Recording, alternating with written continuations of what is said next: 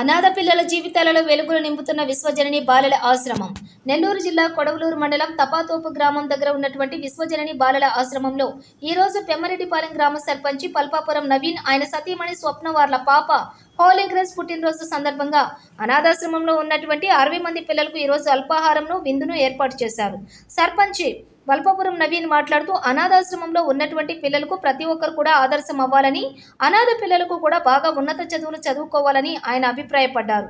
ఇక ఇటువంటి ఆశ్రమం నడుపుతున్నటువంటి వారికి అందరూ కూడా సహాయ సహకారాలు అందజేయాలని, అనాథ పిల్లలకు కూడా మంచి భవిష్యత్తు ఉండేలా ఆశ్రమం మేనేజ్మెంట్కు కూడా ఆయన తెలియజేశారు. ఈ కార్యక్రమంలోని వినోద్, మౌని, స్వప్న, సుకన్య, అభిషేక్, జీవన్, హరి తదితరులు పాల్గొన్నారు.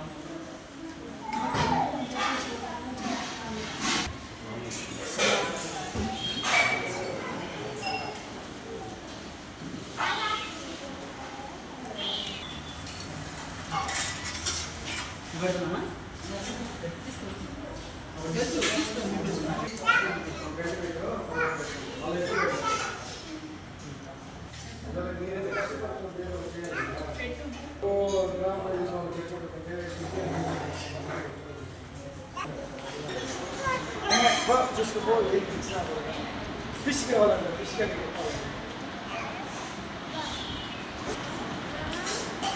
అయినట్టు